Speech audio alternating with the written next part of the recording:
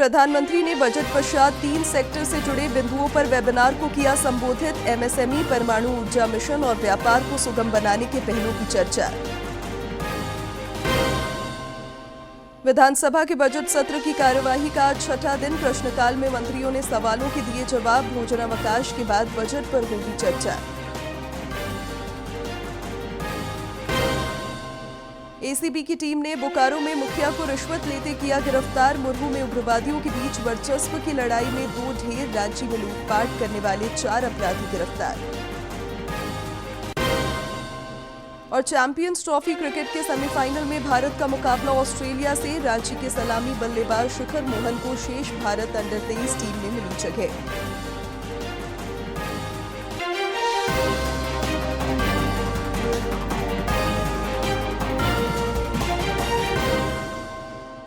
नमस्कार, प्रादेशिक समाचार में आपका स्वागत है। मैं हूं शिवानी कुमारी और अब समाचार विस्तार से। प्रधानमंत्री नरेंद्र मोदी का पोस्ट बजट वेबिनार जारी है। इस सिलसिले में वे आज 3 बजट उपरांत वेबिनार में भाग लेंगे। ये वेबिनार एमएसएमई, विनिर्माण और निर्यात के क्षेत्र में प्रमुखता देने के लिए आयोजित किए जा रहे हैं। नियामक निवेश और व्यापार करने में आसानी संबंधी सुधारों पर आयोजित किए जा रहे हैं। इस मौके पर वो कार्यक्रम में मौजूद लोगों को संबोधित भी करेंगे। ये वेबिनार सरकारी अधिकारियों, उद्योग जगत के प्रतिनिधियों और व्यापार विशेषज्ञों को देश के उद्योग, व्यापार और ऊर्जा रणनीतियों पर विचार विमर्श करने के लिए एक सहयोगी मंच प्रदान करेंगे। ये चर्चाएं बजट का कार्यान्वयन सुनिश्चित करने के लिए नीतियों के क्रियान्वयन, निवेश सुविधा और प्रौद्योगिकी के इस्तेमाल पर केंद्रित होंगी। विधानसभा के बजट सत्र का आज छठा दिन है। सदन में आज प्रश्नकाल के दौरान प्रभारी मंत्रियों ने विधायकों द्वारा जनहित में पूछे गए सवालों के जवाब दिए। भोजनावकाश के बाद कल सदन में पेश किए गए बजट पर चर्चा शुरू होगी। बातें बताई हैं अध्यक्ष महोदय। मैं एक सच्चाई रखना चाहता हूं अध्यक्ष महोदय। 3636 विद्यालयों में अभी भी प्राध्यापक नहीं है। कार्य के किसी न किसी अड़चन लगा करके हमारी नियुक्ति को रोकने का काम कर रहे विपक्ष द्वारा।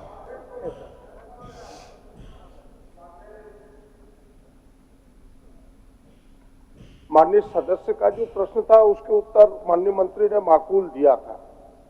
हमें लगता है कि इनकी इच्छा इतनी ही है कि भाई जो छात्र शिक्षक का अनुपात है उसको ठीक किया जाए। और हमें लगता है कि माननीय मंत्री ने बेहतर उत्तर दिया कि भाई हम स्कूलों को बंद नहीं कर सकते कि जहां एक शिक्षक है उन्हें हम स्कूल बंद नहीं कर सकते अलग करके। हम प्रयास कर रहे हैं कि उन स्कूलों में भी बच्चे आए। विधानसभा में कल वित्त मंत्री राधाकृष्ण किशोर द्वारा पेश बजट में 24 विभागों के बजट में कटौती की गई है, जबकि 19 विभागों का बजट आकार बढ़ाया गया है। बजट में क्या कुछ खास है, देखते हैं इस रिपोर्ट में।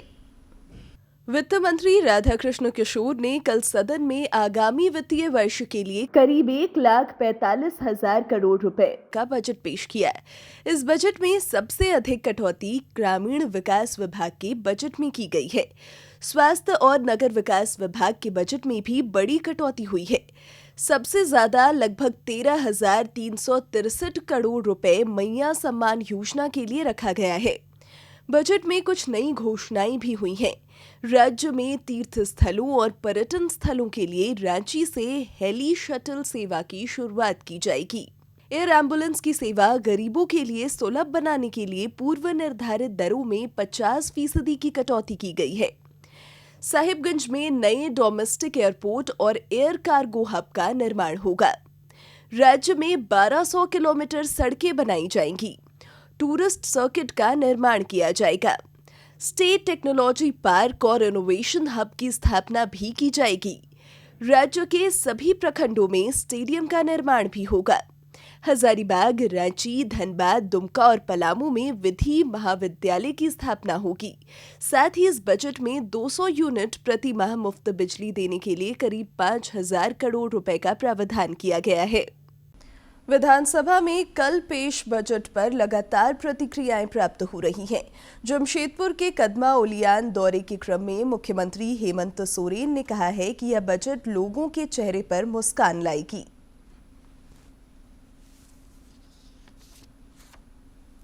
मुख्यमंत्री हेमंत सोरेन ने विकास और जनकल्याण की प्रतिबद्धता दोहराई है।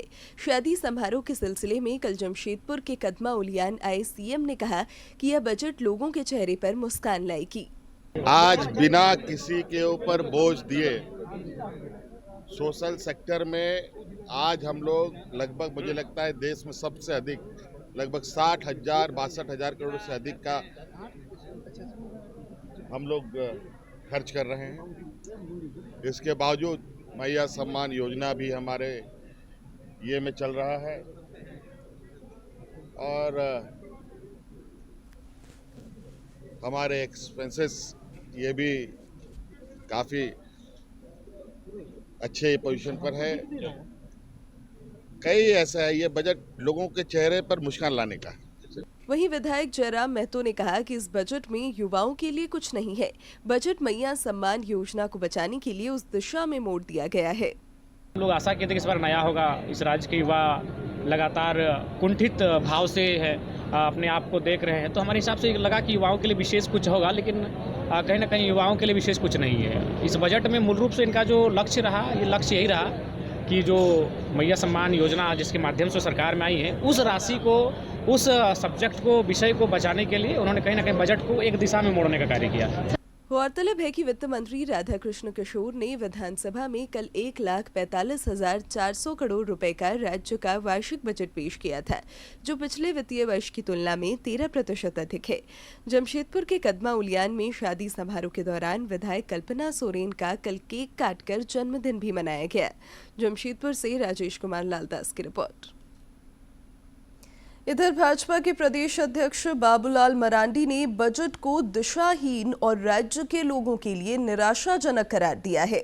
उन्होंने कहा कि बजट का आकार जरूर बड़ा दिख रहा है, लेकिन इसमें गरीब, किसान, मजदूर, युवा और महिलाओं के लिए कोई ठोस प्रावधान नहीं किए गए हैं। झारखंड वासियों को काफी निराश किया है। भले वो देखने में लगता है बहुत बड़ा, 1,45,000 करोड़, लेकिन वास्तविकता क्या है, वही ढाक के 3 पात। कुल मिलाकर के जो गरीबी दूर करना, नौजवानों को रोजगार उपलब्ध कराना, इस बजट में वो कहीं दिखाई नहीं पड़ा। और मैं कह सकता हूँ ये घिसी पिटी बजट है।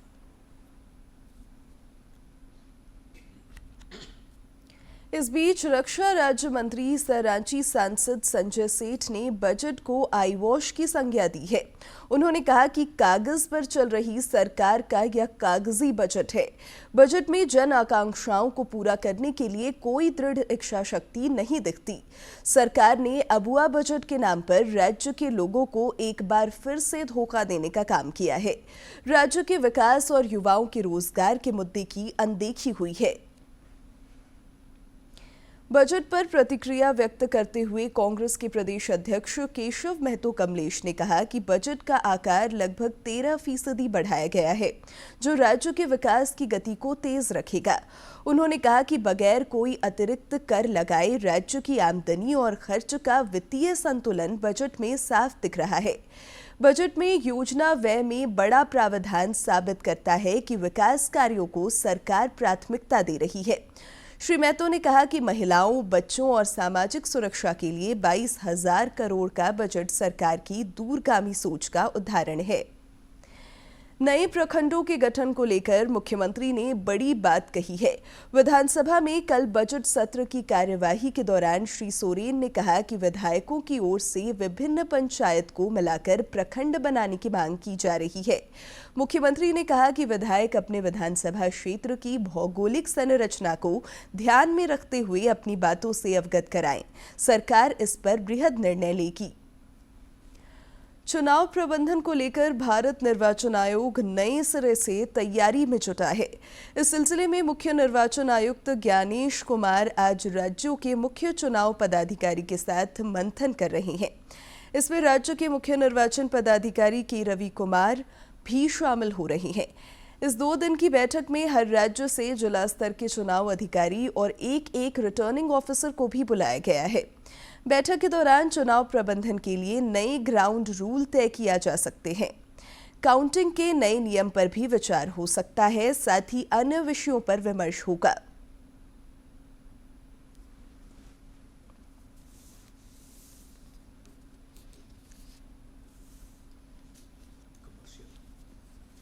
रांची विश्वविद्यालय का 7 मार्च को दीक्षांत समारोह आयोजित होगा।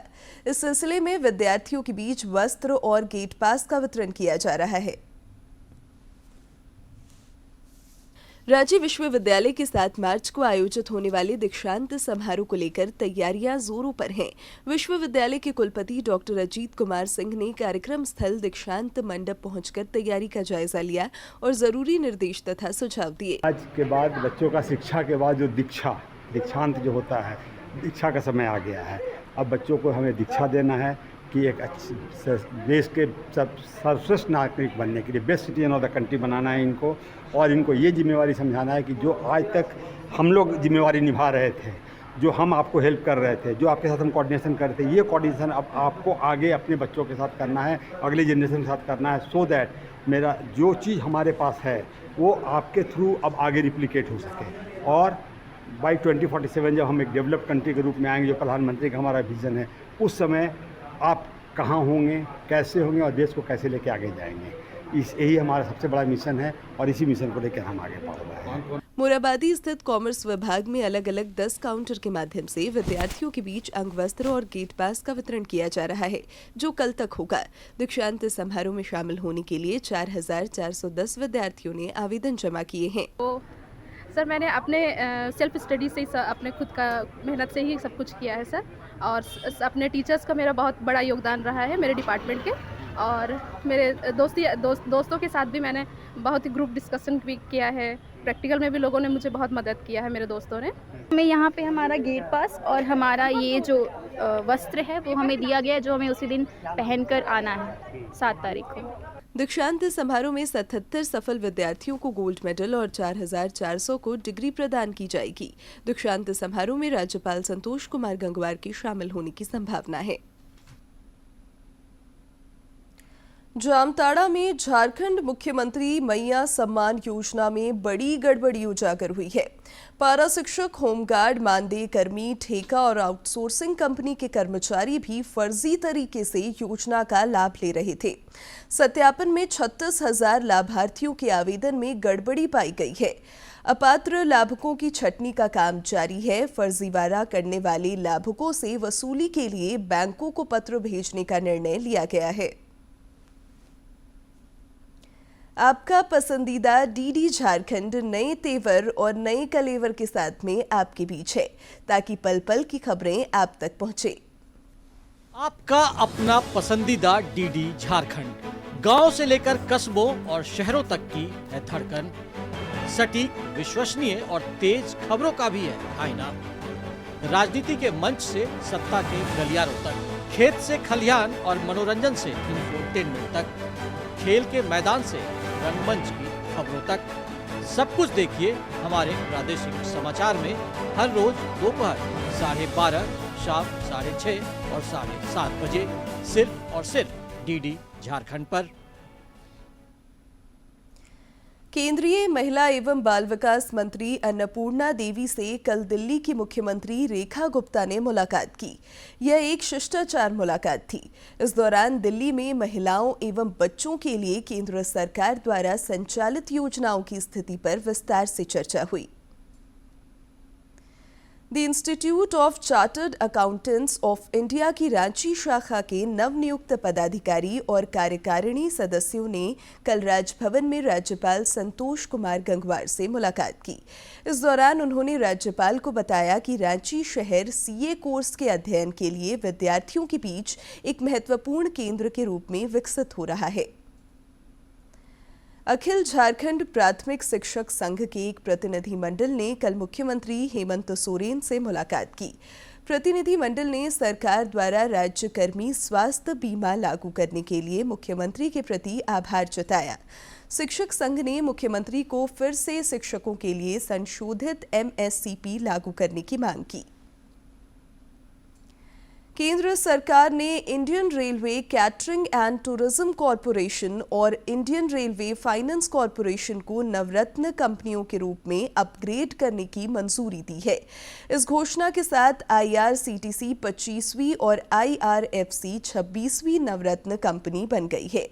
रेल मंत्री अश्विनी वैष्णव ने इस उपलब्धि के लिए IRCTC और IRFC की टीम को बधाई दी है। उन्होंने कहा कि 2014 के बाद पहली बार रेलवे की सभी 7 सूचीबद्ध सार्वजनिक क्षेत्र की कंपनियों को नवरत्न का दर्जा प्राप्त हुआ है। रेल मंत्री ने कहा कि यह प्रधानमंत्री नरेंद्र मोदी के नेतृत्व और रेलवे क्षेत्र के प्रति उनके विशेष ध्यान का परिणाम है। धनबाद ACB की टीम ने बोकारो जिला के चंद्रपुरा स्थित पपलो पंचायत के मुखिया कार्तिक महतो को 10,000 रुपए घूस लेते रंगे हाथों गिरफ्तार किया है। बताया जा रहा है कि PM आवास योजना का जियो टैग करने के एवज में मुखिया लाभुक से 20,000 रुपए रिश्वत की मांग कर रहा था, जिसकी शिकायत के बाद ACB की टीम ने मुखिया को धर दबोचा।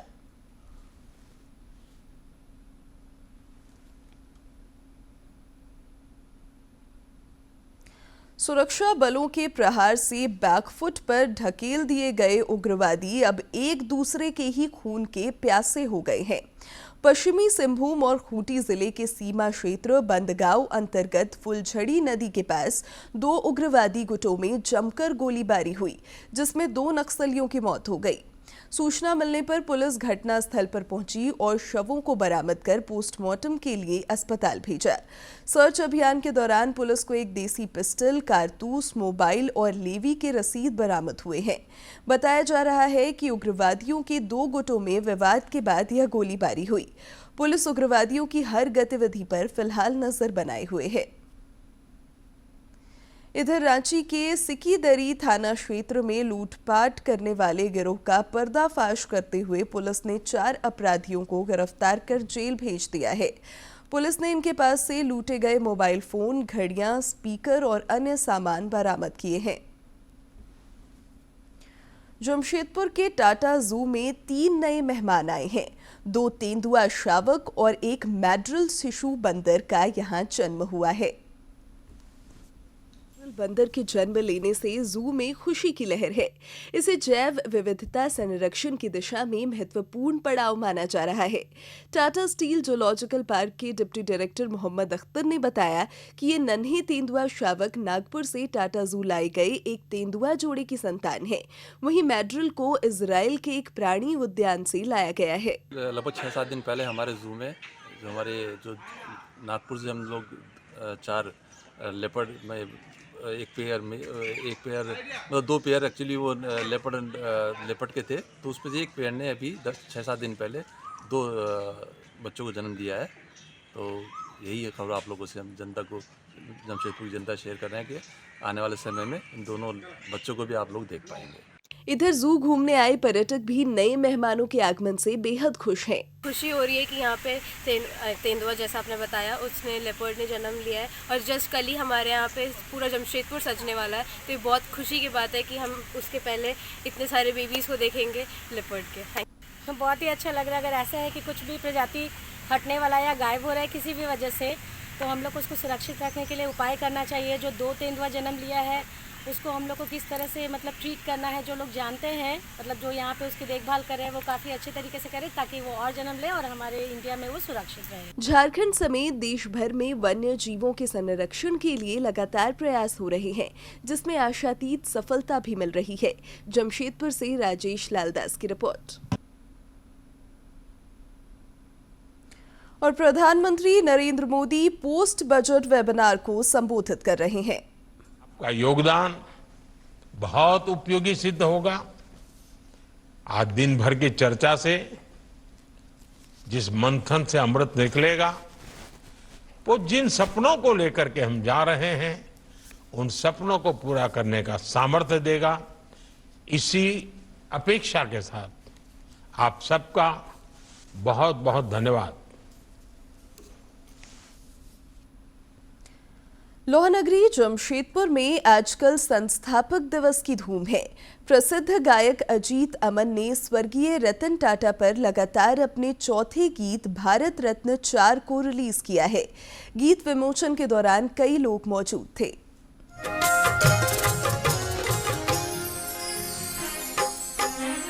धरती चांद सितारे हो,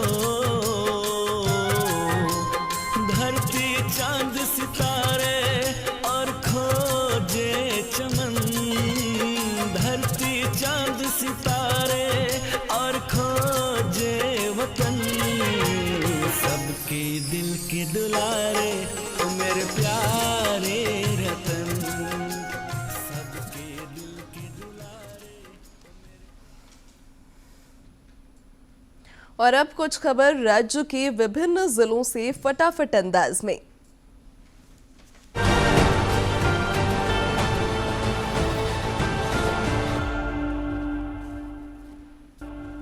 गुमला जिले के उपायुक्त ने आंजन पंचायत के सुदूरवर्ती क्षेत्र में स्थित पीवीटीजी टोला हरिणा खंड का दौरा किया।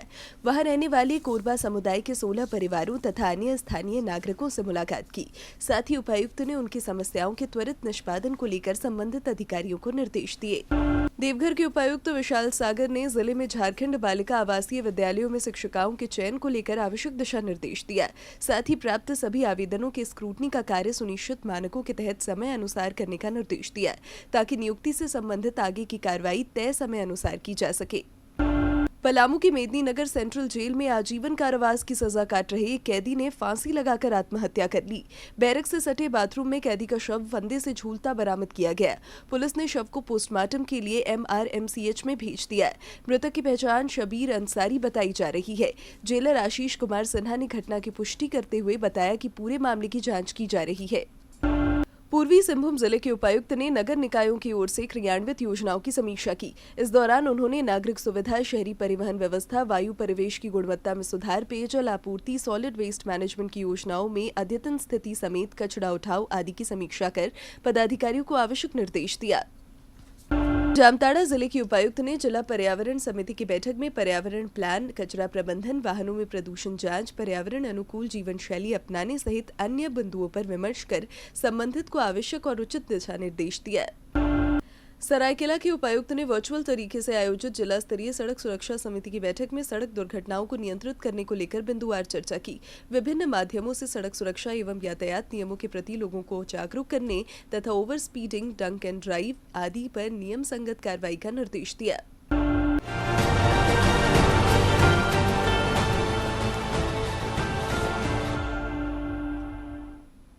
और अब बात मौसम की। राज्य के मौसम में उतार चढ़ाव जारी है। मौसम वैज्ञानिकों के मुताबिक राज्य में एक बार फिर पारा नीचे की ओर जा सकता है। उत्तर प्रदेश के पहाड़ी क्षेत्रों में बर्फबारी और बारिश के बाद उस इलाके से हवाएं पहुंच रही हैं। तापमान फिर गिर सकता है। अगले 2 से 3 दिन के दौरान अधिकतम तापमान में 3 से 4 डिग्री सेल्सियस की गिरावट की संभावना है। फिलहाल मौसम शुष्क बना रहेगा।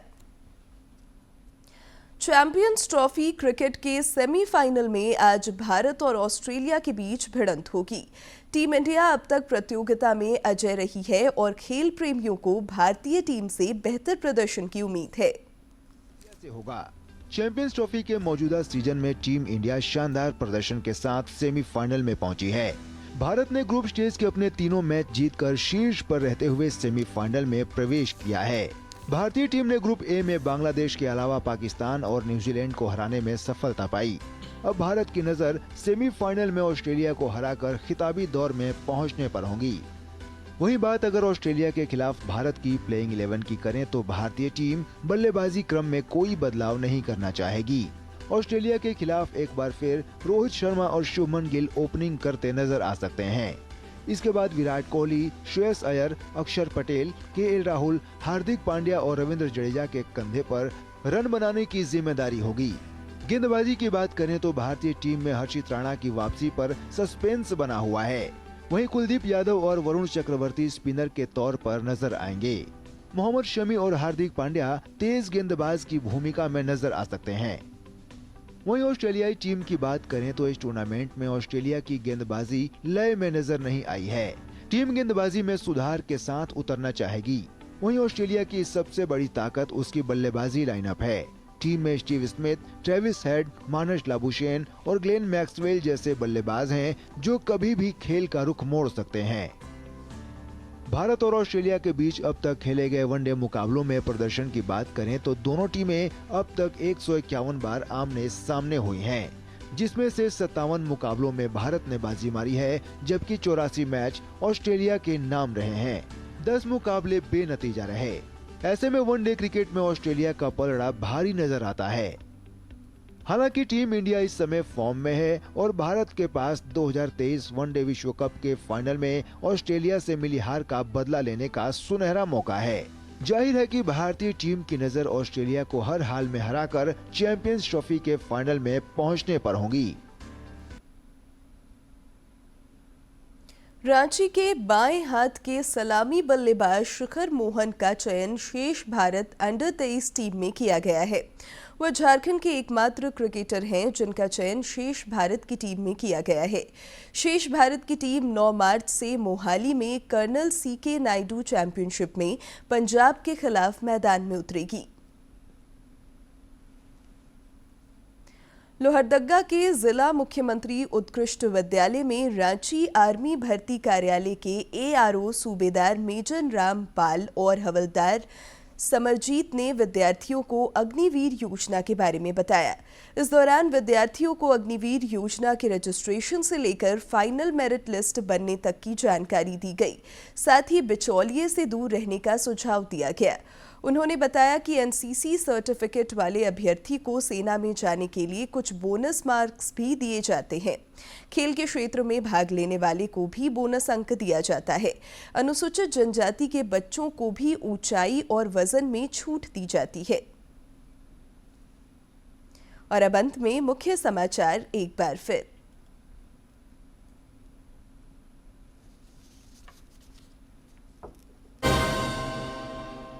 प्रधानमंत्री ने बजट पश्चात 3 सेक्टर से जुड़े बिंदुओं पर वेबिनार को किया संबोधित। MSME, परमाणु ऊर्जा मिशन और व्यापार को सुगम बनाने के पहलू की चर्चा।